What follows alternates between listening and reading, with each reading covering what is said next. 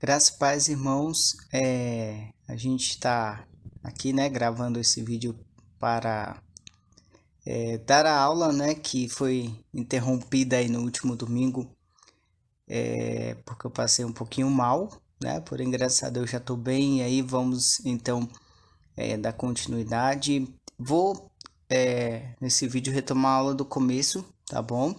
Até para que fique melhor aí no entendimento e tal. Então, a nossa aula tem como tema o ataque dos falsos mestres à igreja, né? Então, o texto a ser tratado é 2 Pedro, capítulo 2, tá? O capítulo inteiro aí de 2 Pedro. O versículo que a gente colocou como versículo para ser decorado foi o versículo 21 de 2 Pedro 2. Então, esse versículo vai dizer assim, ó: pois melhor lhes fora nunca tivessem conhecido o caminho da justiça, do que, após conhecê-lo, volverem para trás, apartando-se do santo mandamento que lhes fora dado. Então, um versículo um pouquinho grande, mas é um dos versículos chave aí para a gente entender o assunto de hoje, tá? Então, vamos fazer uma oração e a gente segue aqui. Pai, obrigado por esse dia, obrigado por cada pessoa que está sendo aí alcançada com esse vídeo, Pai, com essa aula. Que o Senhor nos ajude a entender, Pai, a sua palavra e a colocar em prática nas nossas vidas. Em nome de Jesus, amém.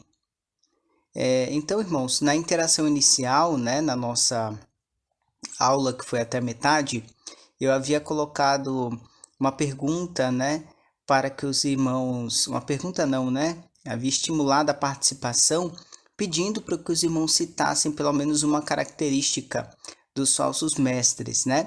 E eu lembro que alguns irmãos falaram que eles espalham, né? Verdade, coisas que não são verdade em relação às Sagradas Escrituras. Outros irmãos colocaram que eles só pensam em dinheiro, né? Só querem saber de renda. Então é verdade também, né? E são colocações que refletem a realidade também para a igreja de hoje, né? Para a igreja de hoje. Então, quando a gente lembra, por exemplo, do contexto desses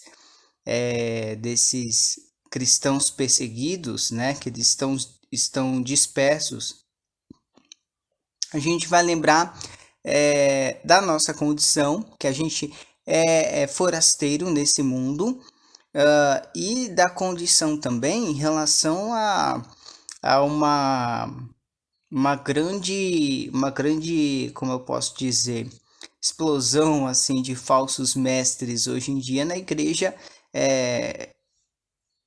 mundial, né? Na igreja de Cristo na Terra, tá? Então, a gente tem uma evidência grande, né? A gente presencia o surgimento de falsos profetas em grande escala hoje aí na atualidade. E aí, só fazendo um link, né, para a aula anterior, da aula anterior, Pedro havia falado, né, sobre a veracidade das escrituras, e agora ele vai começar a falar sobre aqueles que utilizam as escrituras de forma errada, né, que são os falsos mestres. Então, como eu disse, essa é uma ameaça para a igreja até hoje. E faz todo sentido ele falar sobre a veracidade das escrituras e agora começar a falar sobre a falsa utilização das escrituras, ou a utilização das escrituras para aquilo que não é devido, né? Para conseguir bens, para conseguir prestígio, né? Para conseguir se autopromover. Então é bem importante a gente lembrar desse foco aí da aula de hoje. E aí vai ficar dividido assim, ó, a nossa aula. Lembrando que a gente vai abordar o capítulo 2 inteiro de 2 Pedro. Do versículo 1 até o 3, a gente vai abordar o surgimento dos falsos mestres e as consequências de suas heresias, tá? Então, até como é um assunto bem extenso, né? E a gente tem um tempo aí geralmente máximo de aula de 1 hora, a abordagem vai ser uma abordagem panorâmica, destacando aquilo que tem de principal em cada verso, né? Não vai ser uma abordagem expositiva, mas panorâmica aí, de acordo com esse tema que a gente estabeleceu. Então, vamos fazer a leitura dos 3 primeiros versos do capítulo 2. Vai dizer assim, ó: Assim como no meio do povo surgiram falsos mestres, assim também haverá entre vós falsos mestres. Assim como no meio do povo surgiram falsos profetas, assim também haverá entre vós falsos mestres, os quais introduzirão dissimuladamente heresias destruidoras, até o ponto de renegarem o soberano Senhor que os resgatou, trazendo sobre si mesmos repentina destruição. E muitos seguirão as suas práticas libertinas, e por causa deles será infamado o caminho da verdade. Também movidos por avareza, farão comércio de vós com palavras fictícias para eles. Também movidos por avareza, farão comércio de vós com palavras fictícias. Para eles o juízo lavrado a longo tempo não tarda e a sua destruição não dorme. Então a gente vai ver o surgimento, né, dos falsos mestres e a consequência dessas heresias aí nesses 3 versículos. Olhando aí o primeiro versículo, versículo 1, é importante a gente reparar que ele ensina para a gente que os falsos mestres eles surgem no meio do povo de Deus, né? O texto é claro: assim como no meio do povo surgiram falsos profetas, assim também haverá falsos mestres, né? Então, quando a gente fala que esses falsos mestres, falsos profetas surgiram no meio do povo, a gente está falando de pessoas que professaram um dia a sua fé, né? E aí o texto também vai mostrar que são pessoas que, talvez até por ter essa facilidade de estar no meio do povo, são pessoas que conseguem introduzir as suas heresias no meio do povo de forma sutil, né? De forma sutil. Então, vai dizer aí, introduzirão dissimuladamente, ou seja, estão no meio do povo, então a destruição é de dentro para fora. Então, misturando verdade com mentira, para que ninguém percebesse, talvez contando mentiras ali que passassem despercebidas até que se tornassem grandes. E então era assim que eles agiam, né? E uma evidência desse falso ensino que o versículo 1 nos mostra é deles chegarem ao ponto de renegarem o soberano Senhor que os resgatou, né? Aí chega num ponto de abandono da fé, né? Apostasia, onde aquilo que eles falam é descaradamente contrário à palavra de Deus, negando aí doutrinas fundamentais. O versículo 2 vai nos mostrar que os falsos mestres eles atraem muita gente.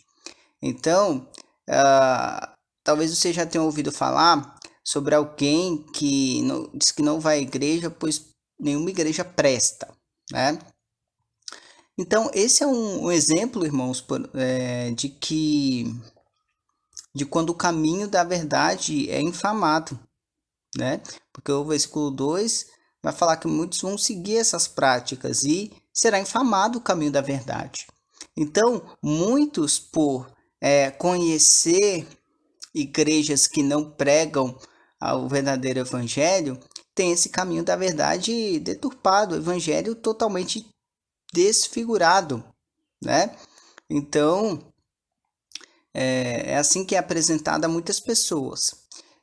Práticas libertinas, então, se refere a uma imoralidade sem pudor, ou seja, alguém que não procura mais disfarçar as suas práticas, não tem vergonha, não tem culpa, não sente culpa nenhuma por aquilo que ele fez, não se preocupa com o que os outros vão dizer, não se preocupa com o que pode acontecer, né? Alguém que de repente está na igreja faz alguma coisa, mas não está nem aí para disciplina, então não tem medo, não tem culpa, não sente mais nada. É uma prática libertina, uma prática aí sem culpa, sem medo da consequência.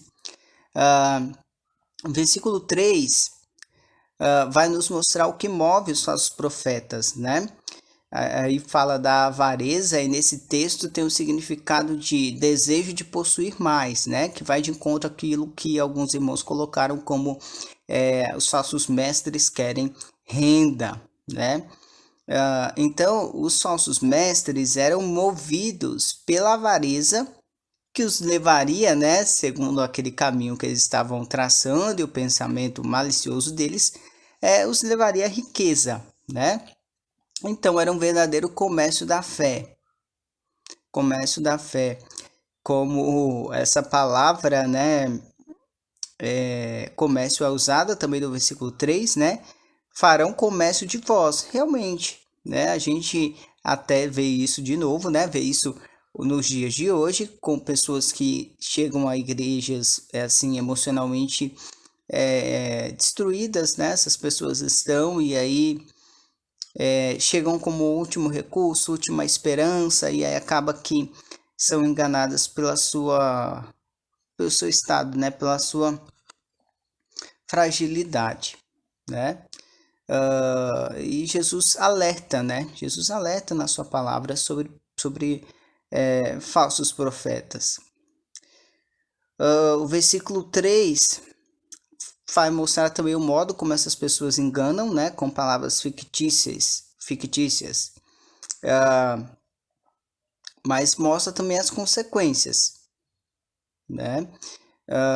Porque a gente, quando olha assim, talvez fique com vontade, né, até de fazer justiça e tal, mas devemos confiar em Deus, porque ele não deixa isso impune. O versículo 3 vai falar sobre para isso o juízo lavrado a longo tempo não tarda e a sua destruição não dorme. Deus vai fazer justiça a seu tempo, e precisamos ficar atentos para que não sejamos enganados.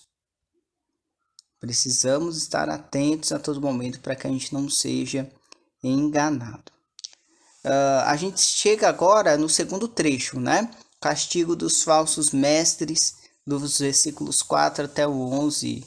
Eles vão abordar, esses versos vão abordar esse tema, né? Só um minuto.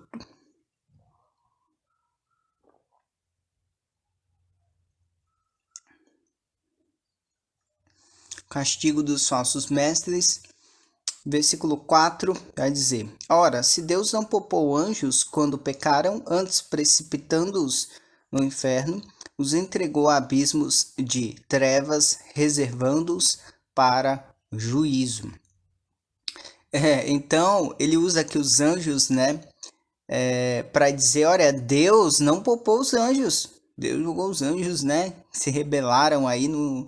Ele jogou esses anjos rebeldes no inferno, né? E aí, quando ele fala dos anjos, a gente tem aqui o argumento de Pedro mostrando a justiça de Deus.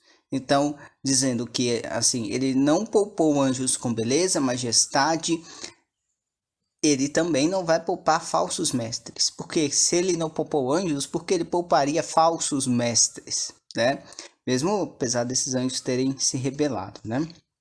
O versículo 5 vai dar um outro exemplo, né? Um outro argumento de Pedro, que Deus não poupou o mundo antigo, tá?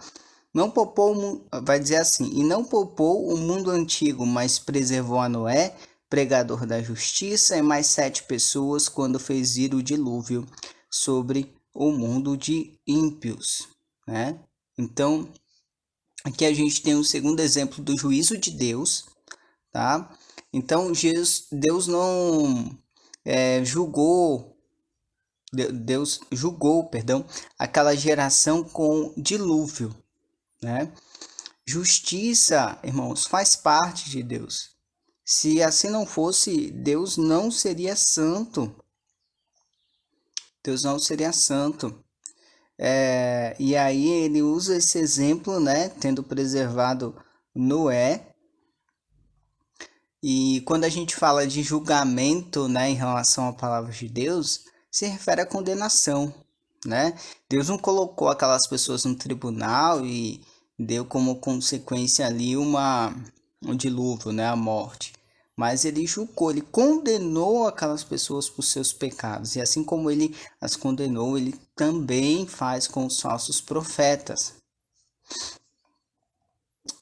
Então, assim, do mesmo modo como do mesmo modo aqueles que não se desviam, né, com os falsos mestres e permanecem na palavra, tem certeza que vão ser aí preservados da ira de Deus, assim como Noé foi.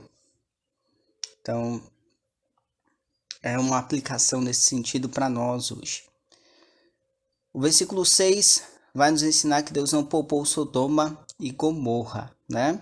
Vai dizer assim: e reduzindo a cinza as cidades de Sodoma e Gomorra, ordenou-as à ruína completa, tendo-as posto como exemplo a quantos venham a viver impiamente. Irmãos, é interessante que a gente relembre que essas cidades eram cidades cheias de violência e perversão sexual, né?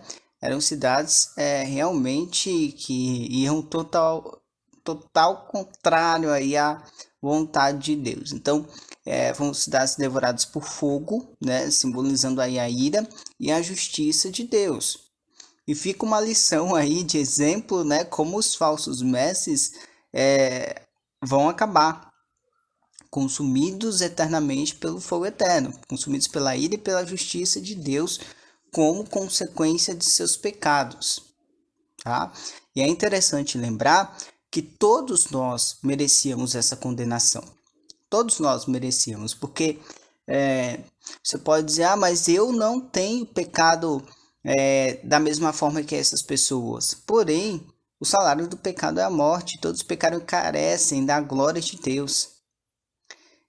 Então, seu pecado pode ser não ensinar falsas doutrinas, mas certamente o preço que teríamos que pagar por qualquer pecado é a morte eterna. Porém, Jesus Cristo nos resgatou, né? Fomos resgatados em Cristo Jesus. Então, a gente tem que lembrar disso, né? Para não olhar para o pecado do outro e pensar que a gente é completamente santo, né? A gente às vezes sente tentado a pensar isso. Os versículos 7 e 8 vai falar, né, que Deus poupa os seus. E livrou o justo Ló, afligido pelo procedimento libertino daqueles insubordinados. Porque este justo, pelo que via e ouvia quando habitava entre eles, atormentava a sua alma justa cada dia por causa das obras iníquas daqueles. Então, depois de usar o livramento, né, de Noé como exemplo, agora Pedro vai usar o livramento de Ló, né? Ló possivelmente se sentia como os irmãos a quem Pedro destina a carta, né? Sentia ali, digamos, forasteiro, né? E trazendo para a nossa realidade, há comportamentos que nos incomodam, né? Quando a gente está em ambiente de escola, de trabalho, de faculdade. E isso porque a gente é forasteiro no mundo. Agora, se a gente se contentar com comportamentos aí libertinos, digamos assim, aí tem alguma coisa estranha. E aí significa também que certos ambientes nós não devemos estar. Ló, ele viveu um tormento, né? Que possivelmente alguns de nós passa no trabalho, onde se tem roda de fofoca, onde se faz uma roda ali para falar de mulheres, né? E onde se fala sobre tomar o lugar de alguém no trabalho, né? Então, a gente, como forasteiro, enfrenta esse tipo de situação.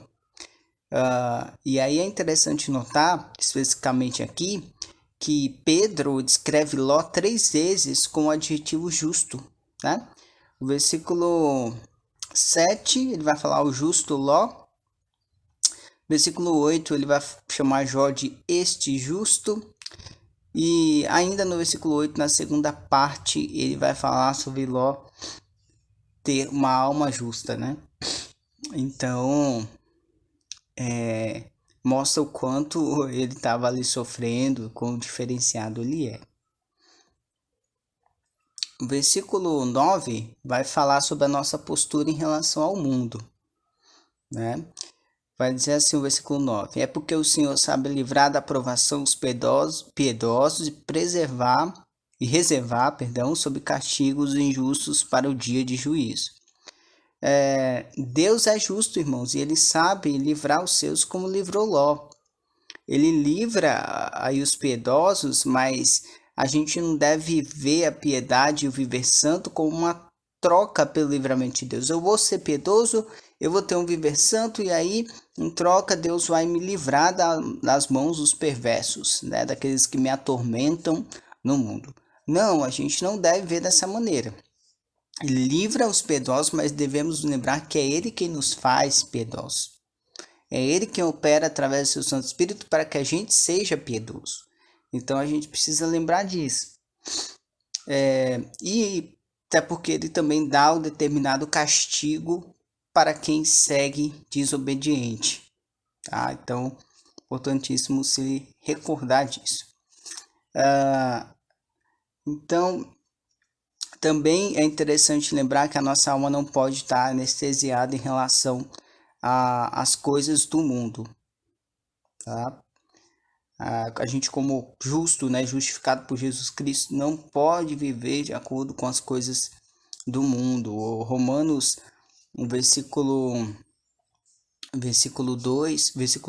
capítulo 12, versículo 2 vai falar, né, que a gente precisa se transformar pela renovação da nossa mente.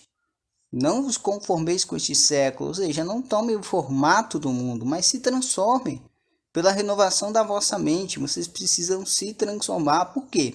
Porque vocês são diferentes, né? Porque Deus nos faz diferentes.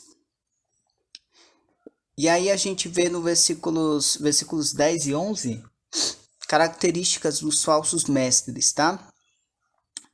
Vai dizer assim, versículos 10 e 11: especialmente aqueles que, seguindo a carne, andam em imundas paixões e menosprezam qualquer governo. Atrevidos, arrogantes, não temem difamar autoridades superiores. Ao passo que anjos, embora maiores em força e poder, não proferem contra elas juízo infame na presença do Senhor. Então, Pedro começa a descrever o pecado dos falsos mestres, né? Eram pessoas totalmente entregues aos prazeres da carne, pessoas que iam totalmente contra coisas que o próprio Pedro já havia advertido na primeira carta. E é interessante a gente dar uma olhada lá em 1 Pedro 4, versículos 2 e 3. Para que no tempo que vos resta na carne, já não vivais de acordo com as paixões dos homens, mas segundo a vontade de Deus. E aí ele vai dar uma lista, né, de exemplo de paixões que provavelmente até esses falsos mestres viviam. Porque basta o tempo decorrido para teres executado a vontade dos gentios, tendo andado em dissoluções, concupiscências, borracheiras, orgias, bebedices e detestáveis idolatrias, né? Então, os falsos mestres eram pessoas que viviam ainda nesses prazeres, possivelmente, porque a pessoa que manipulava a palavra de Deus em seu benefício não era transformada por essa palavra, né? Então, viviam dessa forma. Então, são pessoas que não têm temor a Deus, e isso se reflete na falta aí de respeito com as autoridades, né? Que o verso 10 descreve. E isso Pedro também falou na sua primeira carta, né? E aí a gente vai olhar lá de novo, 1 Pedro, capítulo 2, versículos do 13 ao 15. Vai dizer assim, sujeitai-vos a toda instituição humana por causa do Senhor, quer seja o rei como soberano, quer as autoridades como enviadas por ele, tanto para castigo dos malfeitores como para louvor dos que praticam o bem. porque assim é a vontade de Deus, que pela prática do bem façais emudecer a ignorância dos insensatos, né? Então, a gente não vê essa característica aí de sujeição às autoridades, a gente não vê nos falsos mestres, e possivelmente, né, se eles não sujeitam a autoridades, por exemplo, políticas, né, a leis e tal, autoridades dentro da igreja, mesmo no período em que eles estiveram, entre aspas, firmes na fé, ou aparentemente firmes na fé, eles não sujeitariam, né, também as autoridades da igreja, né? Então, é uma característica aí. E aí no versículo 11 a gente vê uma comparação novamente em relação aos anjos, né? Ele vai dizer que os anjos, embora maiores em força e poder, não proferem juízo infame, né? Em relação às autoridades. Então não agem de forma soberba, né? E tem até um temor maior com relação a Deus. Então é uma coisa que chama atenção, essa comparação que ele vai fazendo em relação aos anjos, né?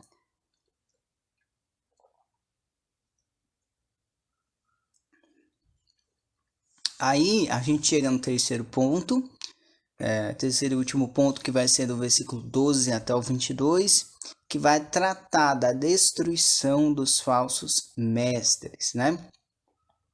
Especificamente o versículo 12 vai falar sobre os falsos mestres e suas blasfêmias.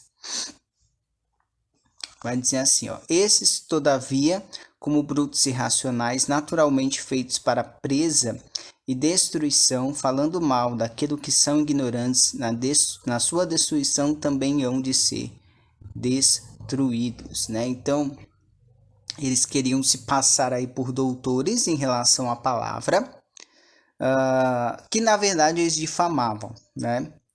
Então, assim, não eram erros, quando eles falavam da palavra de Deus e falavam aquilo que não era verdade, não era um erro cometido por engano, mas com a intenção ou mesmo sem nem se importar se o que falava era verdade ou não, eles não tinham culpa, não sentiam culpa nenhuma.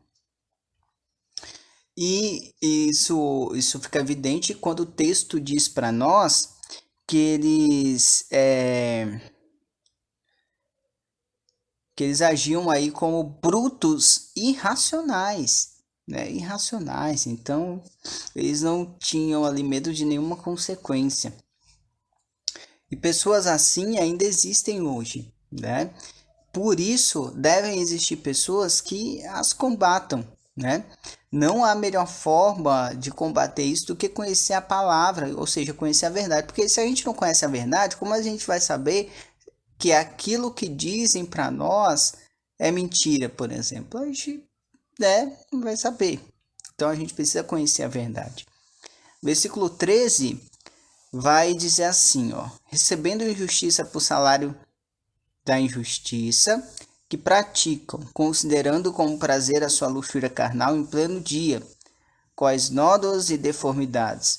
Eles se regalam nas suas próprias mistificações enquanto banqueteiam junto convosco.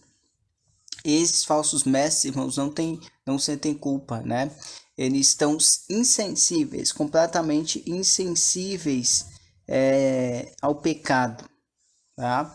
Quando Pedro refere que eles pecam em pleno dia, quer dizer que eles não sentem culpa e não se envergonham do que fazem, né? Porque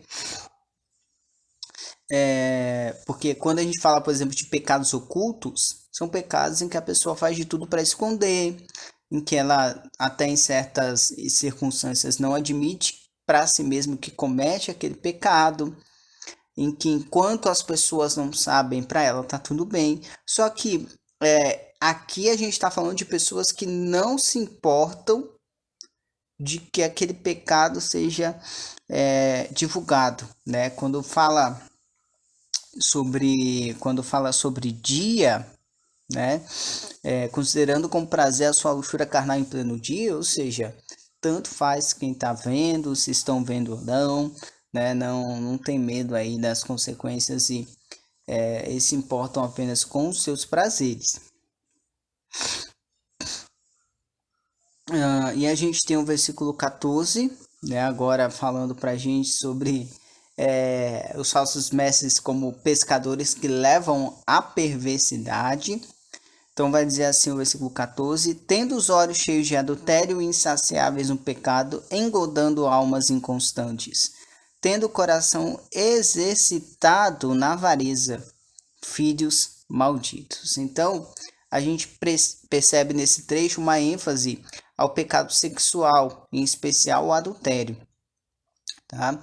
Então, ele vai dizer que tem os olhos cheios de adultério, insaciáveis no pecado, né? Pecam deliberadamente. E a gente tem aqui um termo interessante, né? Engodando almas inconstantes. Engodar é um termo usado por pescadores, se refere a uma linguagem de pescador, como colocando a isca no anzol, né? Nesse caso, é interessante notar, aplicar essa figura aqui que o autor coloca, que nesse caso a isca era o prazer ao pecar, né? E a maior facilidade também de um viver pecaminoso do que de um viver piedoso. Então, olha, se você a isca é o que atrai o peixe. O pecado nesse caso falado pelos falsos mestres, a vida sem culpa, era o modo como eles atraíam o povo, tá? E aí um povo também inconstante. Então vai dizer, é como se eles vissem aqueles que estão em dúvidas e os chamassem para atender os prazeres da carne, né? E não ter aí um viver piedoso.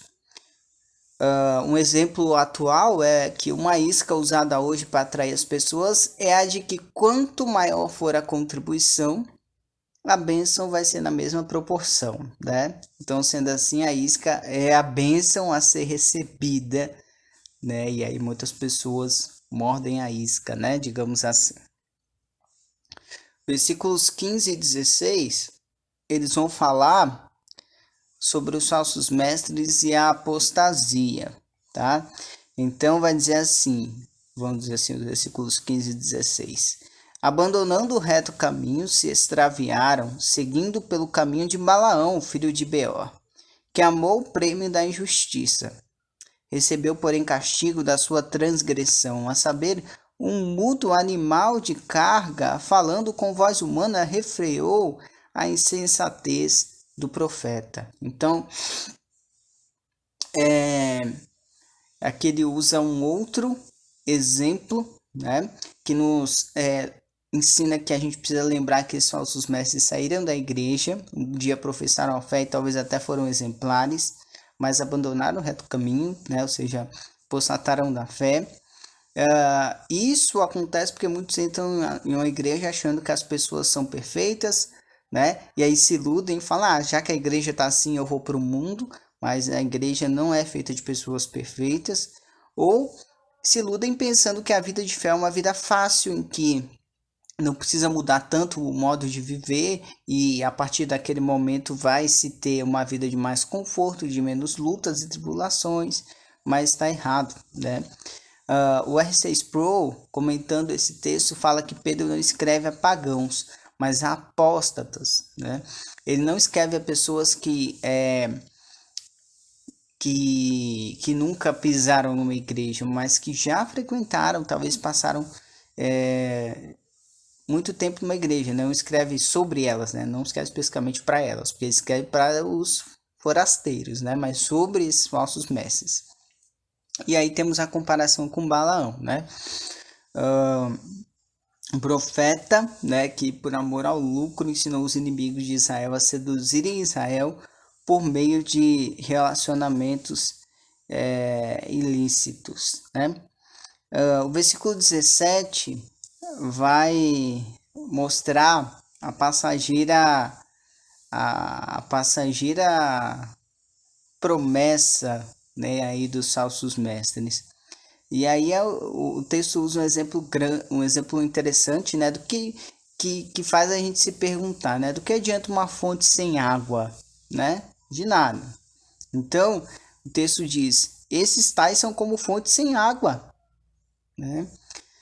Fontes que talvez, olhando aqui para o contexto daquilo que está acontecendo, talvez atraíssem as pessoas com discursos bonitos, cheios de promessas, porém sem fundamento, sem a água, né? Sem a palavra de Deus.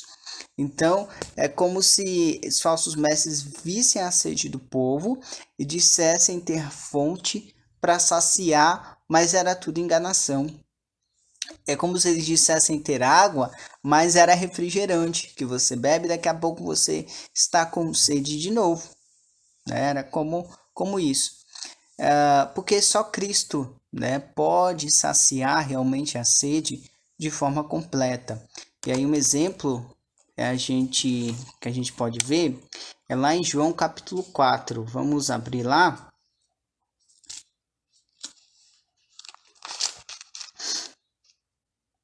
João capítulo 4, a gente vai ler do versículo 13 ao 14. Afirmou-lhe Jesus: quem beber desta água tornará a ter sede. Aquele, porém, que beber da água que eu lhe der, nunca mais terá sede. Pelo contrário, a água que eu lhe der será nele uma fonte a jorrar para a vida eterna. Né? Então, é um texto que esclarece bem esse exemplo da água, né? De que Jesus é a única fonte de água viva. O texto também usa aqui, irmãos, voltando agora para 2 Pedro capítulo 2, no versículo 17, usa também a figura das névoas, né? Impelidas pelo temporal. Quando a gente olha para esse exemplo, a gente lembra que uma nuvem traz esperança de chuva, né? Quando a gente vê o céu, né, se escurecendo, as nuvens lá, e não chove, né, isso em algumas circunstâncias pode trazer frustração. Em outros, alívio, né, de repente a gente tá na rua, sem guarda-chuva e tal. Só que, por exemplo, pensa num lugar que não se chove há muito tempo, isso traz uma frustração, né? Principalmente as pessoas que às vezes dependem da chuva para que as plantações cresçam e tal. Mas, e assim a esperança dada pelos falsos profetas, né? Causam no final de tudo uma grande frustração. E aí, isso tem consequências, como nos relata o final do versículo 17. Para eles está reservada a negridão das trevas. A negridão das trevas é descrita aí como consequência para aqueles que enganam, né? Com aquilo que dizem ser a fonte de água viva, mas não é aquilo que eles prometem como chuva, mas nunca vem. Versículo 18 vai ensinar que os falsos mestres afastam as pessoas de Deus, né? Vai dizer assim: porquanto proferindo palavras jactanciosas de vaidade, engodam com paixões carnais por suas libertinagens aqueles que estavam prestes a fugir dos que andam no erro. Então, uma das características dos falsos mestres é proferir palavras traiçoeiras que dizem uma coisa, mas que na verdade significam outra, né? E aí uma palavra que remete a engodar, né, a pescar, está presente de novo, né? Desta vez, essa palavra aqui, engodam com paixões carnais, se refere mais claramente ao modo, né, específico como as pessoas são atraídas. Se pegam peixe, atraindo ele com algo que ele gosta. Não é diferente com as pessoas. Nossa natureza pecaminosa faz com que a gente seja atraído por coisas más. E aqui o autor é claro, né? As pessoas são atraídas, né? E engodam com paixões carnais. Engodam com paixões carnais. E aí o pecado desses falsos mestres se torna ainda mais sério quando a gente lê que essas pessoas que eram pescadas pelos falsos mestres possivelmente eram pessoas novas na fé, né? E por isso inconstantes, né? Quando a gente vê pessoa que o versículo 18 no final diz que estavam prestes a fugir dos que andam no erro, né? E antes a gente vê que são pessoas inconstantes, a gente tem aí essa noção. Versículo 19 vai falar que vai nos ensinar que os falsos mestres são hipócritas, né? Então vai dizer assim: prometendo-lhes liberdade quando eles mesmos são escravos da corrupção, pois aquele que é vencido fica escravo do vencedor. Então eles prometem o que eles não têm, porque eles estão presos, eles estão mortos em seus delitos e pecados, né? Então eles foram, segundo o texto, né? O texto aí vai nos ensinar que eles foram vencidos pelos seus próprios desejos e são escravos dos seus desejos. Eles pensam que eles estão livres, né? E podem enganar as pessoas, mas eles estão escravos dos seus desejos e estão mortos em seus delitos e pecados. E aí a liberdade que eles prometem, na verdade, é uma prisão da qual só Deus pode tirar. É um estado de morto que só Deus pode mudar, né? E aí é interessante lembrar que qualquer discurso tem que ser seguido de um exemplo, né? Senão provavelmente não vai ter muito efeito. E eles não tinham isso. E aí, por fim, irmãos, a gente tem aí do versículo 20 ao 22 as consequências sobre a vida dos falsos mestres, tá? Versículo 20 vai dizer assim: portanto, se depois de terem escapado das contaminações do mundo, mediante o conhecimento do Senhor e Salvador Jesus Cristo, se deixam enredar de novo e são vencidos, tornou-se o seu último estado pior que o primeiro. Então aí tem um aviso, né? Lembrando de quem os falsos mestres eram, né? Então eles tinham aí como fonte, né, as contaminações do mundo. E lembrando também sobre o fato do último estado ser pior do que o primeiro, né? Porque o primeiro estado se peca sem conhecer o caminho, sem saber aquilo que é a verdade. Agora, quando se peca sabendo que é a verdade, isso é bem pior, né? Como o texto nos relata. Eles tinham conhecimento do Senhor e Salvador Jesus Cristo, mas como nos relatou até o primeiro versículo, versículo 1 do capítulo 2, eles renegaram com suas atitudes e palavras o soberano Senhor que os resgatou, né? Isso era grave. Isso é grave. Versículo 21 vai mostrar para a gente que melhor seria a ignorância, pois melhores fora nunca tivessem conhecido o caminho da justiça, do que após conhecê-lo volverem para trás, apartando-se do santo mandamento que lhes fora dado. Então, continua aqui no mesmo sentido do verso anterior. O mandamento que foi dado, quer dizer, o mandamento que eles conheciam, né, e talvez em dado momento até tivessem colocado em prática, né, mesmo que de forma falsa, né, ou por uma questão mais de religiosidade, tudo isso, né, tudo agora conhecimento e atitude estava tudo corrompido, né? Então era um problema que se evidenciava entre aquele povo disperso que formava a igreja de Cristo, né, onde quer que eles estivessem. E aí finaliza no versículo 22 nos ensinando sobre esse retorno, né, à imundícia.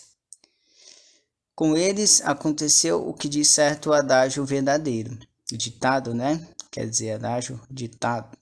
O cão voltou ao seu próprio vômito e a porca lavada voltou a revolver-se no lamaçal. Então Pedro havia chamado esses falsos mestres de burros irracionais e agora os compara a animais, né?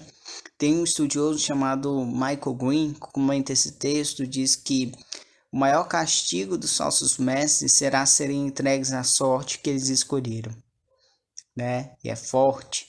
O maior castigo dos falsos mestres será serem entregues à sorte que eles escolheram. E isso realmente é bem intenso, isso realmente é bem forte, porque quando a gente pensa no destino deles, que é o inferno, né, a consequência daquilo que eles escolheram. Faz todo sentido porque quando a gente olha, né, para o plano de redenção, a gente vê que Deus não nos deu o que a gente merecia, mas os falsos mestres eles terão, né? E aí é interessante notar que ele fala, né, sobre o cão e tal. Quando ele diz que o cão voltou ao seu próprio vômito, Ele quer dizer que depois de expelir toda a impureza, né? Quando a gente vomita, a gente expele tudo aquilo que a gente comeu e tal, ingeriu. Então, depois que o cão expele toda a impureza, ele, em vez de largar aquilo pelo caminho e deixar aquela podridão, ele volta a cheirar e até a comer o que foi expelido, né? Nojento, o negócio é podre mesmo. E depois de se dizer arrependido, né? Ou seja, depois de se dizer arrependido, ele volta a pecar de forma deliberada. A figura aí de linguagem, né, quer dizer isso. Depois de se dizer arrependido, deixar o seu pecado no caminho, é como se ele voltasse, pegasse aquele pecado no colo e o abraçasse, e o adotasse para a sua vida, né? E aí quando fala da porca, né, a porca foi lavada, mas voltou à lama, em outras palavras, quer dizer, da sujeira do pecado, né? Como se esse povo tivesse, esses falsos mestres tivessem sido limpos do pecado, tivessem voltado à lama para poder se sujar de novo, tá? Então, nas palavras aí de outro estudioso, Warren, e o sobrenome eu não sei ler, um porco foi lavado por fora, mas continuou sendo um porco. O cão foi limpo por dentro, mas continuou sendo um cão. Cada um voltou à sua natureza. Os verdadeiros cristãos receberam uma nova natureza, uma nova mente, um novo coração, uma nova vida, uma nova família, uma nova pátria. Realmente, o verdadeiro cristão é totalmente renovado pelo Senhor. E aí, resumindo o que a gente aprendeu hoje, primeiro, os falsos mestres existiam antes e existem ainda hoje. Segundo, precisamos vigiar para não cair em armadilhas e até mesmo não apostatar da nossa fé. E terceiro, precisamos confiar na justiça de Deus em relação aos falsos mestres, saber que esses homens terão aquilo que eles merecem, né, se não se arrependerem verdadeiramente. Tá bom? Então, vamos fazer uma oração e aí a gente encerra aí agora, hoje completamente, né, essa aula de escola dominical. Pai, obrigado porque o Senhor nos mostra na sua palavra, sua misericórdia, porque o Senhor nos adverte, nos dirige, Pai, nos ensina como a gente deve andar, os cuidados que devemos tomar. Que a gente coloque em prática a sua palavra, Pai, não apostatando dessa fé que o Senhor mesmo plantou em nós, Pai. Que o Senhor nos ajude a cada dia andar de acordo com a tua palavra e jamais sermos considerados falsos mestres, Pai, ou jamais cairmos no engano de pessoas assim. Nos ajude, Pai, a meditar constantemente na sua santa palavra. Em nome de Jesus, amém. Amém. Obrigado aí, deixe aí seu comentário. Caso você tenha uma dúvida também, comente aí ou pode me chamar no WhatsApp, tá bom, irmãos? Para poder esclarecer, tá? Até a próxima.